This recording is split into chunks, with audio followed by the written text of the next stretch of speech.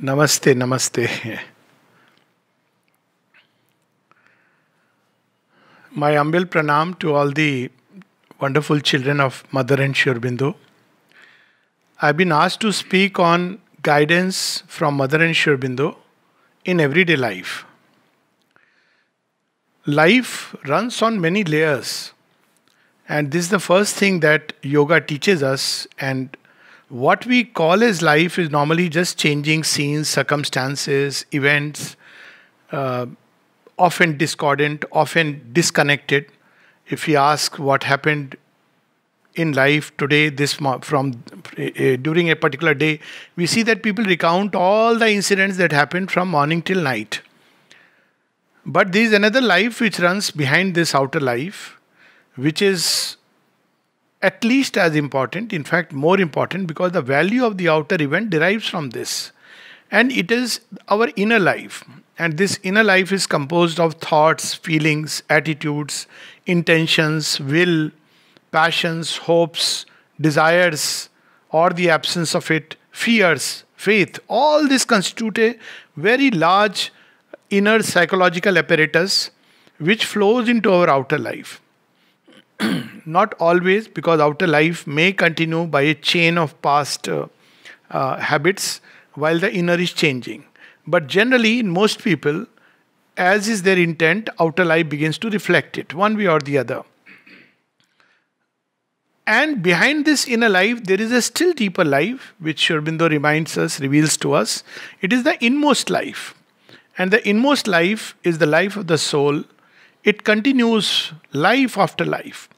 So, outer life, events, circumstances, the outer personality with which normally we connect, the way we introduce each other, that is something which is a temporary formation of time, a kind of illusion when we identify with it and think I am that.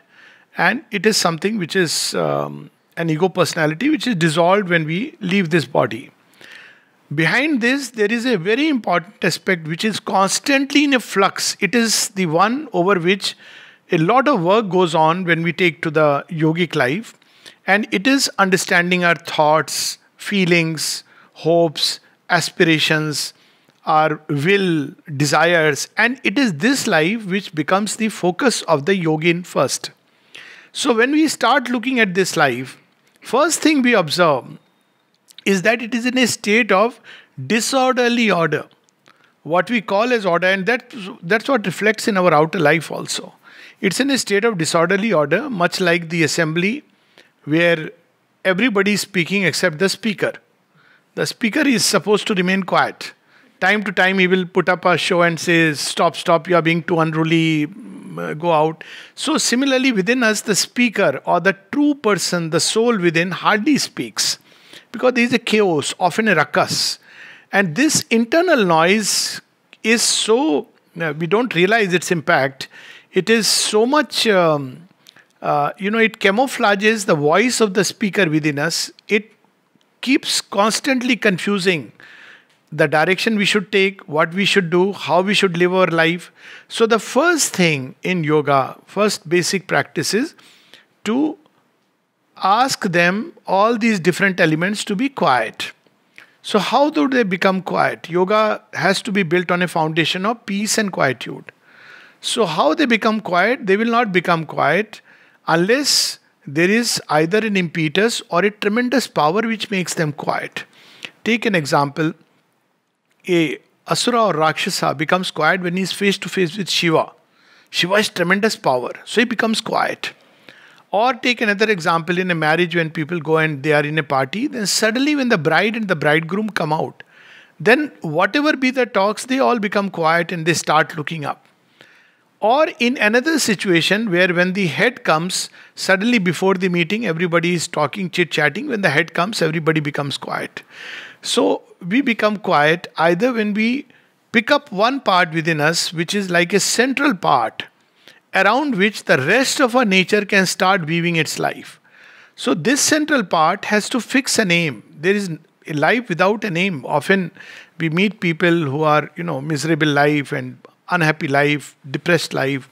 It's simply because there is no aim. There is nothing to look forward to. I have often seen people who in their 60s, 70s, or sometimes even earlier, 50s, when the children have grown up, flown away, they have a house, and they suddenly start feeling miserable. They're very unhappy. And when they're unhappy, this unhappiness starts, reflecting on everybody around them. So, what is the reason? The reason is that when we are youngsters, there is a virus called the social virus. It comes through parents, it comes through the school in which we are studying. Very dangerous virus, because unlike the present day virus, it's recognized as something very, very good. And we are told this is life. So, what is life about? Study well, take up a job, get money, get married to the best person you can, and live happily thereafter. Now, this live happily thereafter is only an assumption. But nevertheless, this is what we are taught. And so, this is what children imbibe as a name. And when they grow up, when they have actually started earning, leading a life, then they begin to realize after a while, if they're very fortunate, they begin to realize that this is all hollow. They start feeling imprisoned. And then a deeper urge arises to go beyond and know further. Now, in those in whom this deeper urge doesn't come, it's like a seed of divinity which remains frustrated in a life. Otherwise, in most people, in many people, a deeper urge comes, which opens the door to future progress. In average human being, it takes in this form that, well, now I have done my duties, let me now turn to God. We had the 4 one ashramas of life, which was very practical. That, well, there is the brahmacharya ashram where we lay down the broad foundations on which we would live our life, the foundation of dharma. And then we had the artha, when as a grahast we are earning money, livelihood, grappling with the forces, wrestling with all kinds of things. And then after we have done that, we have gathered the experience, the strength and the wisdom that the world can give. We want to go beyond the world and want to understand a deeper wisdom and something greater and higher. And therefore we turn to vanaprastha, where we start exploring life, where we start understanding the deeper purpose of life. When we meet those who are wiser, who are, who have walked the path of inner life, and we seek their refuge, we want to learn further. And then, of course, we have the final, where the final goal was regarded as liberation. Now, this is how, in traditional thought, life was understood. However, the big problem here is that we have a choice between 2 possibilities. One is life, which remains imperfect as it is, and moksha, where we get freedom from life as it is. But there was no scope to fulfill this aspiration of man, the aspiration for perfection here in everyday life, the aspiration for perfection in a subject that I want to study, the aspiration for perfection in the field of education, in relationship with the world around, in sleep, in eating, everything. So this is where we see Sri Aurobindo bringing in this absolutely new dimension, where he says moksha is only a beginning and not an end. So we used to think that moksha is an end. So how is moksha a beginning and not an end? So just as after death a new world opens to sight, so also when we achieve liberation from ignorance, when ignorance is slain, when we have discovered the truth of our own being, then we begin to undertake a new journey. So the first thing that is necessary in life is to discover who we really are, the truth of our own being, without which whatever else we may be doing, we may be ticking all the boxes right, but we have just lived a life, which is like a half-dead person. Because living ignorantly, dying ignorantly, living unconsciously, dying unconsciously is a great tragedy. It's very frightening to come back again with the same ignorance. Of course, some progress takes place, no doubt. So Sri Aurobindo and the mother teach us how to live life consciously. The very first thing is to become conscious. So what it means to become conscious is that whatever we are doing, we become conscious of why we are doing it. This simple practice. Why we are doing it. I may be doing all the things which outwardly may look very nice, wonderful. For instance, I may be visiting the temple every day and doing all my prayer and pujas. But I may be doing it with an extremely egoistic attitude.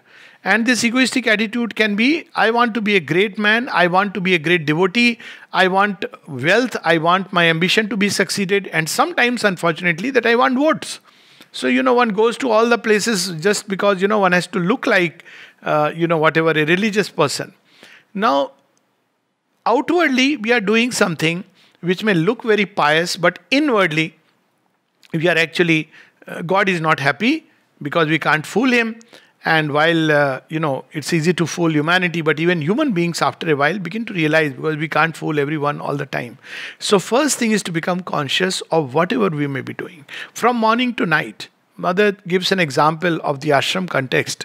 She says, there is this wonderful samadhi and, it is surcharged by the vibrations. She's telling the ashram student that you have grown up here. From childhood, you have been told about the supermind and all these things. But how many of you are able to even feel why you go to the samadhi? Simple act.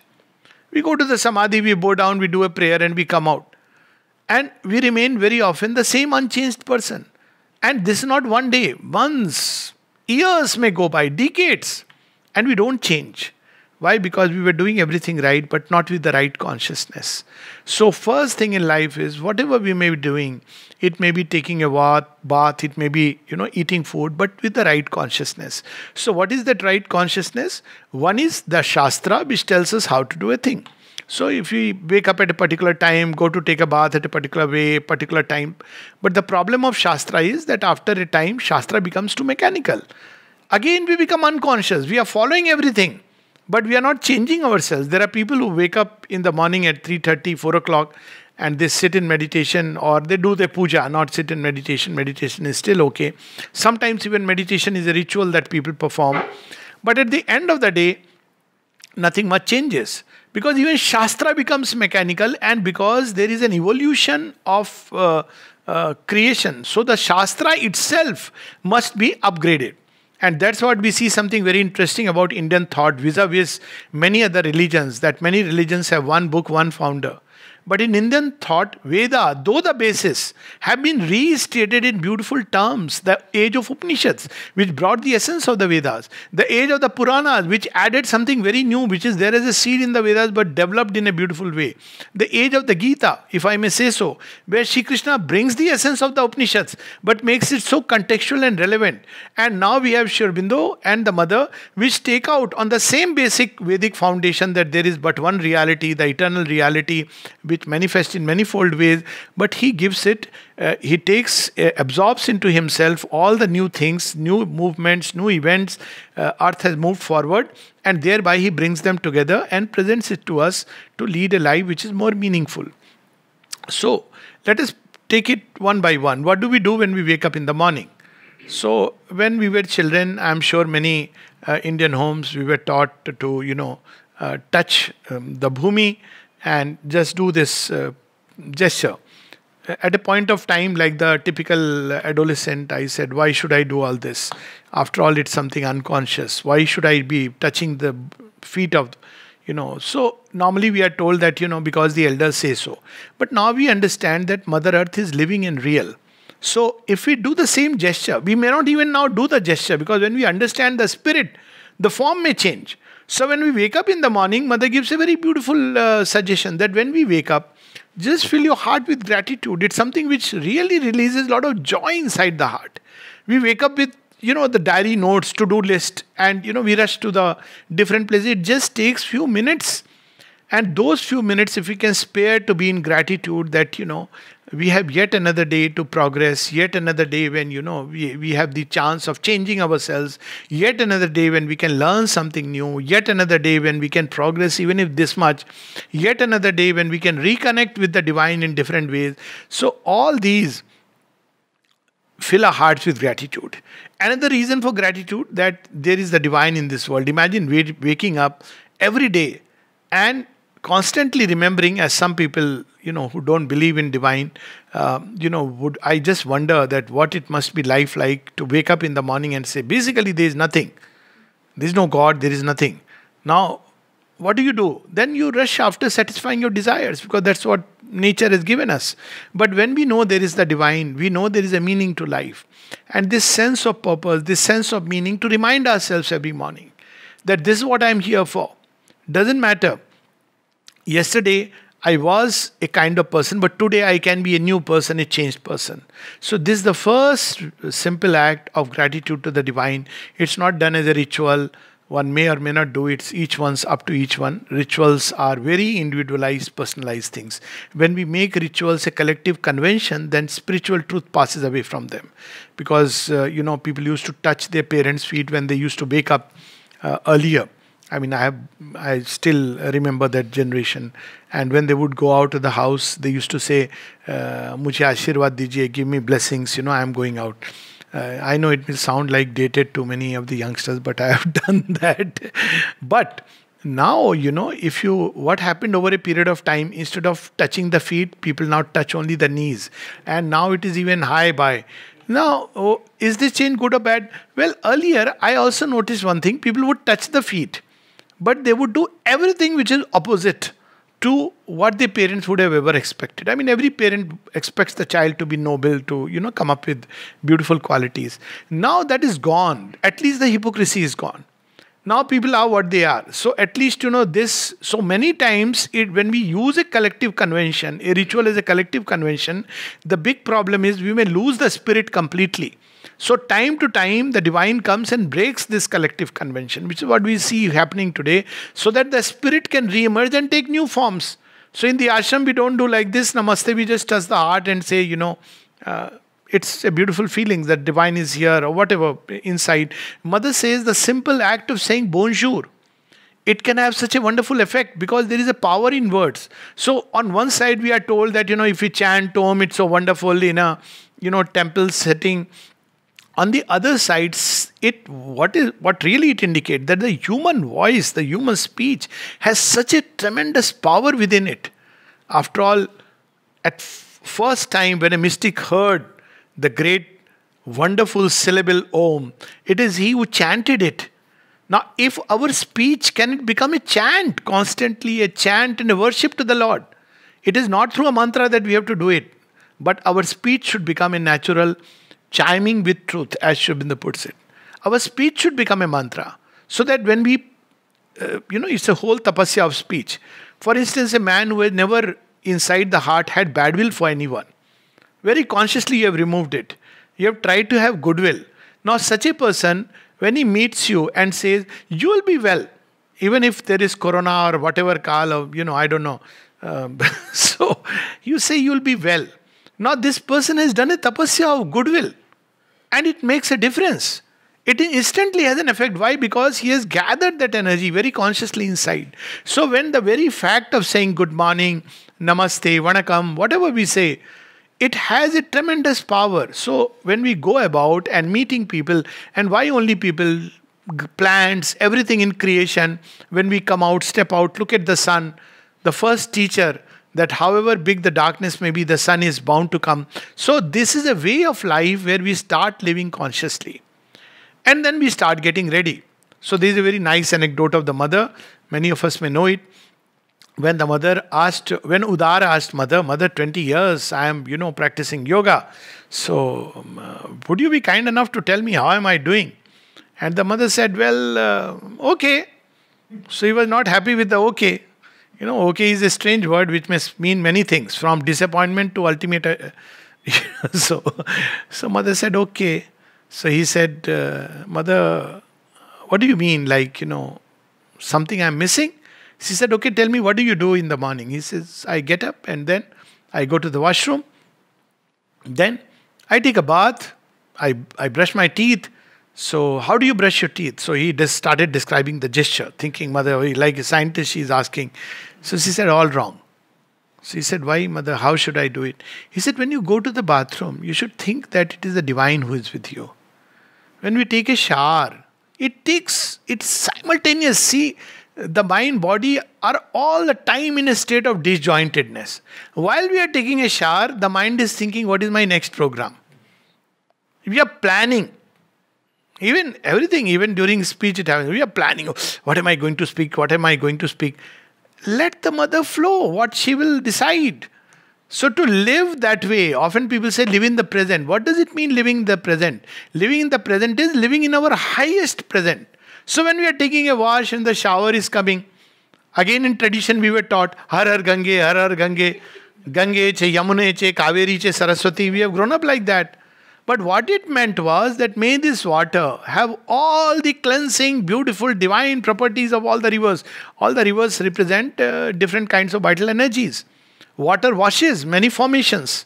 So when we take a bath, actually many formations of the night are washed away. It's a simple fact. That's why people feel fresh after taking a bath. But when we do it consciously, it makes such a difference. And then we come out after taking a nice scrub, we come out. Now we have to dress up. What dress should we wear? Attitude, attitude, attitude. A very, very smart dress, good looking dress. Maybe we come out, we have a very dull face, all drooped out, but we are wearing a tie. Be cheerful. Sri Aurobindo says cheerfulness is the salt of existence. So sometimes we can ask when people look very serious, what have you missed out on salt today? Huh? So he may say, well, I have a blood pressure patient, so that's why I am advised. Don't worry. Cheerfulness is the salt of existence. People say, how can I be cheerful? Very simple. Somebody who is walking with God, why won't he be cheerful? When Krishna is your friend, when the Divine Mother is with you, won't you be cheerful? Why would one be depressed? Depression means that I am feeling alone or lonely. Alone is a power. Lonely is not a good condition to be in. And why do I feel lonely? Because I am shut in a shell of the ego. I am Mr. So-and-so. And this Mr. So-and-so has limits. He lives in a bubble. And he wants this bubble to be constantly reinforced by other bubbles. So he's very happy when people tell him, oh, good morning, sir. Sir, you're very nice, wonderful. When children come and say, people live like that all their life. But when divine is very, when you're very fortunate and grace shines upon us, what does it do? First thing it does is, it breaks the bubble. So we say, oh, cruel master, why have you done it? What happens when the bubble breaks? The wide world is before us. So to live life with this constant state, which Sri Aurobindo uses the word as Kalyana Shraddha. What is there in life to be so much afraid about? And especially when I see in India now with Corona, so much fear. I understand, okay, please observe social distancing, do gaz zaruri, whatever it is there as the slogan. But in India, where we believe in rebirth, we believe in the divine, yet so much fear. Okay, take precautions, but don't have fear. At least reject the fear. So, this is because we have forgotten something very important in life to live by, which somehow our ancestors had it before the modern education came. I remember when I was a little child, we didn't know so many medicines in a village, and every time I fell ill, my father had one universal remedy. He would take me, put it before our family deity, Lord Rama, and he will say, you have sent him to me, take care. Now, so he took care. Why won't? But we say, God, you may have given the child, but doctor will take care. Sometimes not even that. Our ambition brings the child into existence and we think, now you see, there is a way of life where we live by faith. And there is another way where we live by fear. This is the difference. The attitude, faith. Faith brings cheerfulness. Why? Because we know, even in the densest darkness, He is there. He is hidden. The same who is Murlidhar Manmohana is Ghanshyam and Shyama. Dark and the fair. Gauri, Mother Parvati, is also Kali, the Shyama, the dark mother. And this is the way India has looked life. Murlidhar is also Chakradhar. So, when we are happy, Murlidhar is playing his Murli. When we see destruction all around, then what do we have to see? Just the charioteer. Chakradhar, you are there, no? That's all that is required. So it's an attitude of life where we live a day with God as a constant companion. There is a very nice little write-up I had read long back, that a diary of God. God writes a page and he says, well, I went to him and he got up in the morning and rushed to the washroom. He didn't even acknowledge me. Then I waited, he will come out and at least say, hello God. But he was too busy with his tie and his breakfast. And then he rushed into the car before I could get in. So because I am God, I reached at his office. But he was too busy saying hi, hello to everyone. And the whole day passed. And I was waiting to comfort him when he is sleeping. But instead of me, he was relying on the lorazepam tablet. and on his WhatsApp messages for something to brighten him up. This is one way of life. And another way of life is to wake up and say, "Good morning, Lord. Ma, good morning." To take a bath. "Mother, be with me." What you see, life should become a prayer. So simple. Actually, life is extremely simple. Our mind has complicated it. Even there are techniques to find the divine. And I've often wondered something which is so natural, the stuff of our being. Why do we have to find so many techniques to find Him? All that is needed is to remove the veil of ignorance. That's all that is required. What is ignorance? I'm Mr. So-and-so. Whole day we live with those pictures, very happy to see our pictures here, there in the office. That's all we have to remove. And this ignorance is simply given to us as a gift. You are my son. Remove it. I am Mother Divine's son, her child. So to live life in a state of constant remembrance, this is what the Gita says. Yukta har viharasya. It's not that spiritual life is when I am sitting and meditating. Spiritual life is also when I am meeting my friends. Spiritual life is also when I am taking a walk. Spiritual life is also when I am reading and listening. Spiritual life is also when I am enjoying a movie. In ashram they show a movie also. But we can watch the movie from a spiritual point of view to become conscious, to understand what human beings are, what life is about. A lot we can learn. We don't have to really... I do believe that cinema has, in a way, accelerated the human evolution.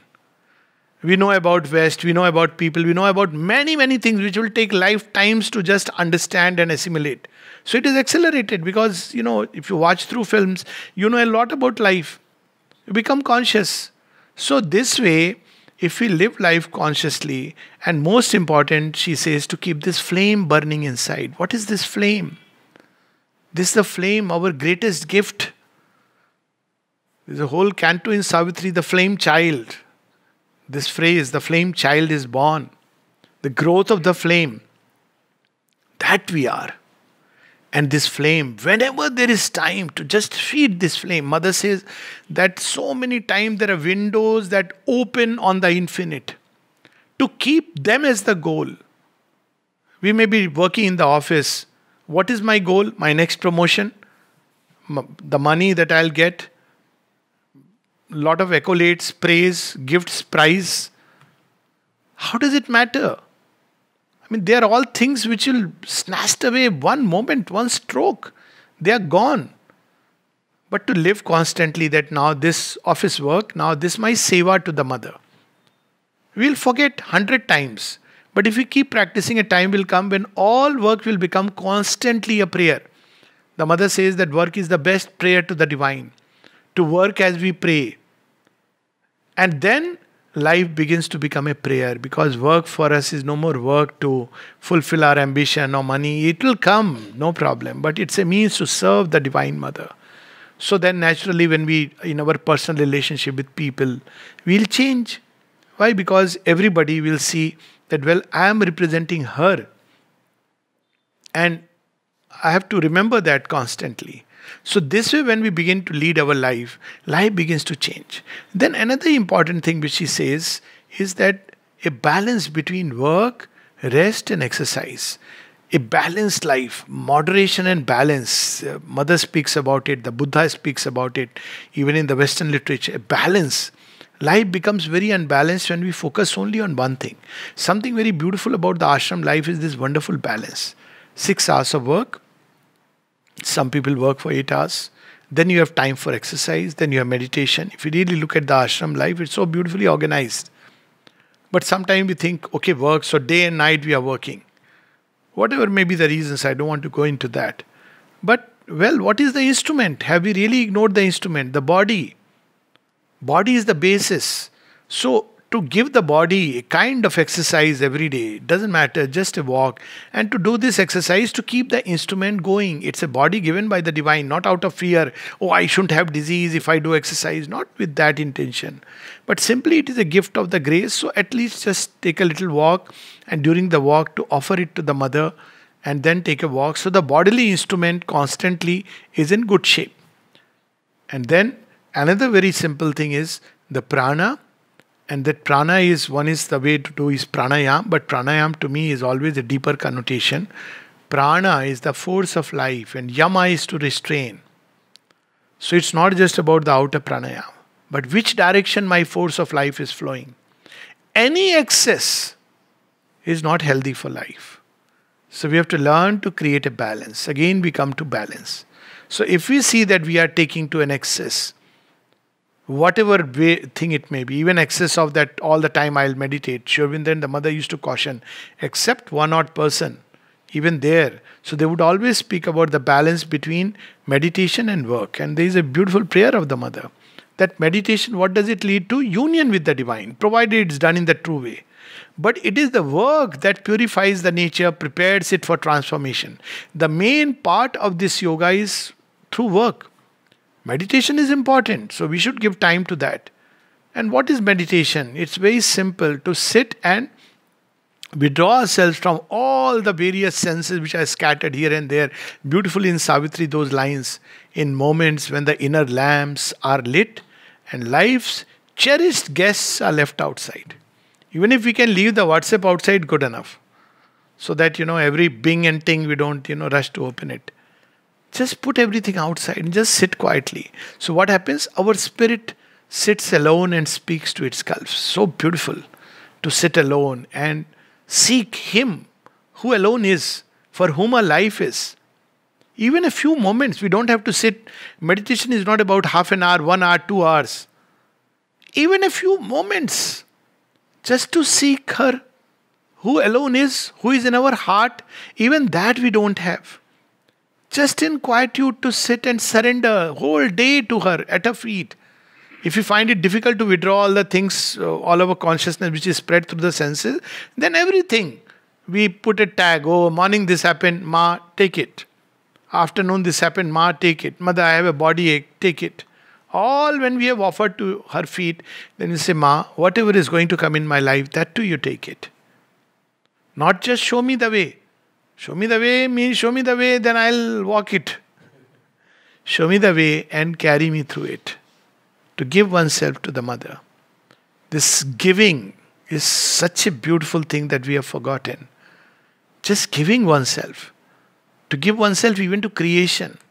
Not to go back as a selfish person. See, Sri Aurobindo's early, it's so inspiring when he tells to Mrilalini Devi that, I think I have lived like a thief. I have received 16 annas, only 14 annas I have kept with myself and given 2 annas to God. We don't even give 2 pennies to God. What does giving mean? Means that whole day I am thinking of 101, 1001 things. For some time, let me think of God. That means giving the thoughts to the divine. When we think of God, I am giving my thoughts to the divine. My feelings. 101 people are recipients to whom I am attached. But let us keep our core attachment to the divine. That we can do.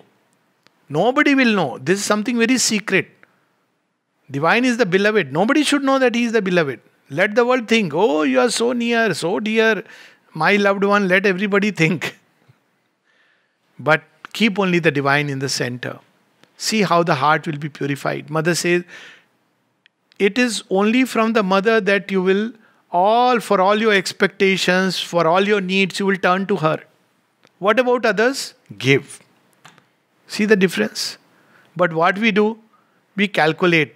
This person I gave, what has he given to me?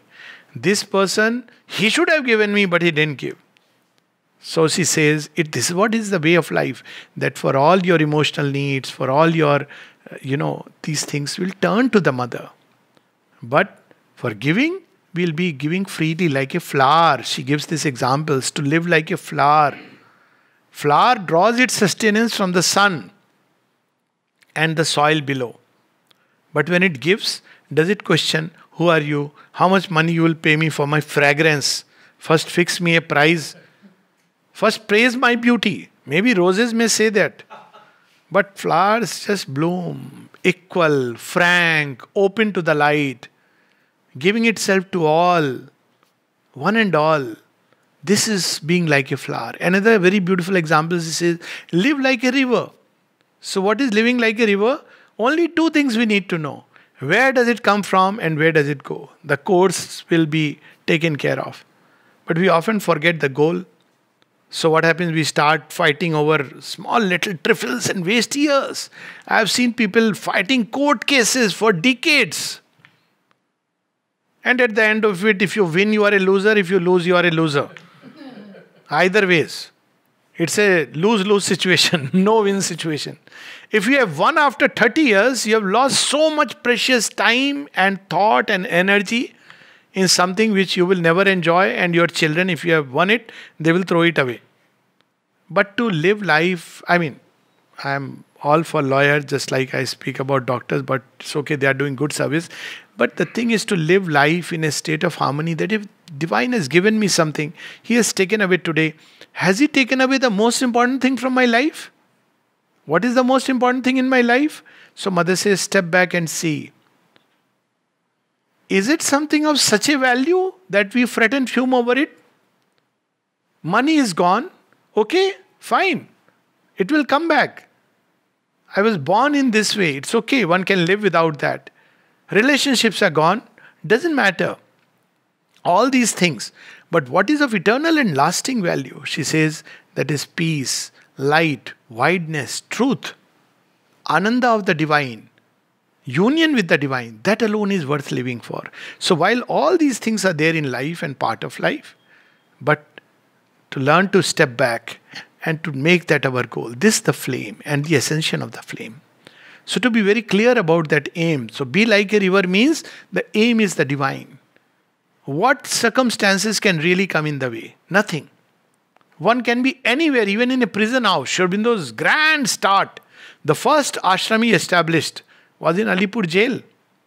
And how does he establish it? How beautifully, with the wind and the weather beating around me, up to the hill and the moorland I go. Who shall come with me? Who shall walk with me? Wade through the brooks and through the snow. So walk through the snow. So this is where we see that it's a way of life where even in a prison house, even when we are, face to face with death, like Markandeya, we can say, Lord, here am I.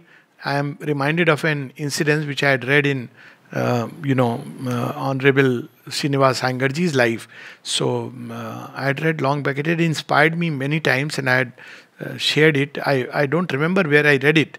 But it touched me very deeply that when his wife was on the deathbed, and not on the deathbed, but she suddenly told him she was very sick and she told him about some beings he was seeing around her. And he said, you tell them that you are mother's child. They have no business to come near you. Something like that. And then she recovered and they went away. It has touched me so deeply. It's such an inspiring thing to live by. What has death got to do with us? If it comes near, we can tell him, go find your business somewhere else. This is not your shop. Our shop is with the divine. He is the guardian of this shop. He is the owner of this shop. So when we start living a life like this, the life becomes beautiful, life becomes meaningful. The river will find its way to the sea. If there is an obstacle, it will circuit around, it will break the obstacle, it will fly over it. Why? Because it knows where it must go. But when we don't know the way, then we fight with little things which have come in front of us. We needn't do that. Even if there is a Kurukshetra, the goal is not winning in the Kurukshetra, but the goal is dharma. If you remember that, the goal is Krishna, then everything is wonderful. So to be like a river. And finally, to be like a sun. To be a source of splendor and light to this world. There is a very, it's a typical approach, very nihilistic approach. We are taught, क्या लेके आए थे, खाली हाथ लेके आए थे, खाली हाथ लेके जा रहे हो. I mean, you came empty-handed, you will go back empty-handed. This is an extremely selfish approach to life. I may have come empty-handed, but with the divine grace, there is a lot that can pour. And when I go, let all this gather or be given to this world for His work. Let me take nothing with me but your presence. Not even the karmas, the good karmas. All are given to you. So when we leave this bodily cloak, even that body should have accumulated such a tremendous force of tapas like Rishi Dadichi, that out of his body, out of the bones, The Vajra was, built for killing Vritrasur. That should be our life. That even when we die, it's not a death, but it is a diffusion, a dispersion into the universal elements.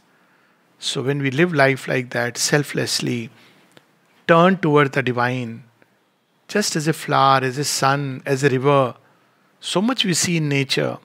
Mother and Sri Aurobindo's own example, life as a prayer, life as a worship, life as a seeking, life as a music tuned to the divine, not to the ego. Ego doesn't know how to play the orchestra of life.